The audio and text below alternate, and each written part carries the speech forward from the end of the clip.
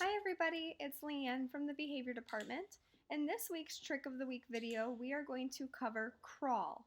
And I'm working with the shelter dog Mila, who by the way was adopted. Just so you all know, she was adopted a couple weeks ago. So this video is a little older, but I took it at night at the shelter when I was providing some of the dogs some shelter enrichment. So what you see here, in the first couple frames is I'm just establishing a working relationship with her, and I'm clicking and treating so that she can begin to understand the association between hearing the sound of the click and then seeing or being delivered a piece of food.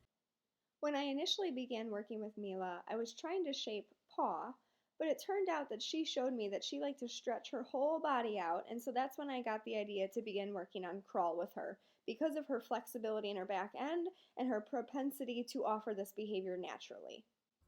To begin shaping this behavior, I held a piece of food in my hand as a lure and attracted and brought Mila's interest to the food all the way to the ground, to the floor.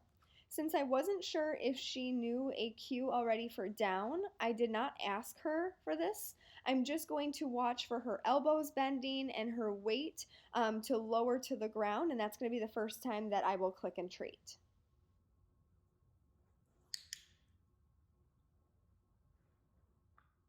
The next piece of food that I have in my hand, I'm going to pull away from her nose, maybe only a couple centimeters to a couple inches at a time to encourage this forward movement that you see.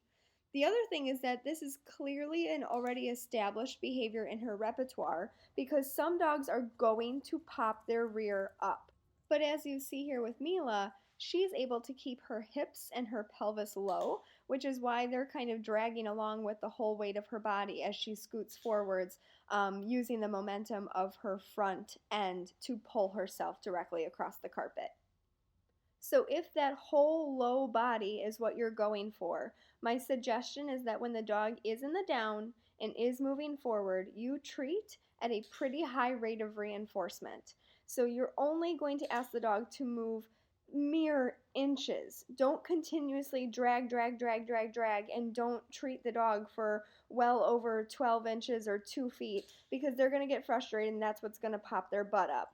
So if you only drag a little bit at a time, that way the dog gets lots of single click treat, click treat, click treat moments. That's going to build momentum and also an understanding that staying low is what's going to be reinforced. The other suggestion that I give clients is to keep your hand low. It's important that the treat is literally dragging across the ground or the carpet or the floor, and you're not lifting your hand with the treat because that's going to draw your dog's nose up, and it's going to take their focus away from staying low and moving across the ground because they might lift to follow the cookie in your hand. Lastly, this cue can be incredibly location context specific or substrate context specific, meaning some dogs will only crawl on a carpet but never on tile or hardwood floor, but they might also crawl on grass outside. It's not common that dogs are going to want a soft substrate underneath their joints to perform this behavior, and some dogs may even do it on furniture or slide off by stretching their back legs. Have fun with this. It's definitely a cute little party trick, and it gets your dog to stretch, which is an added benefit.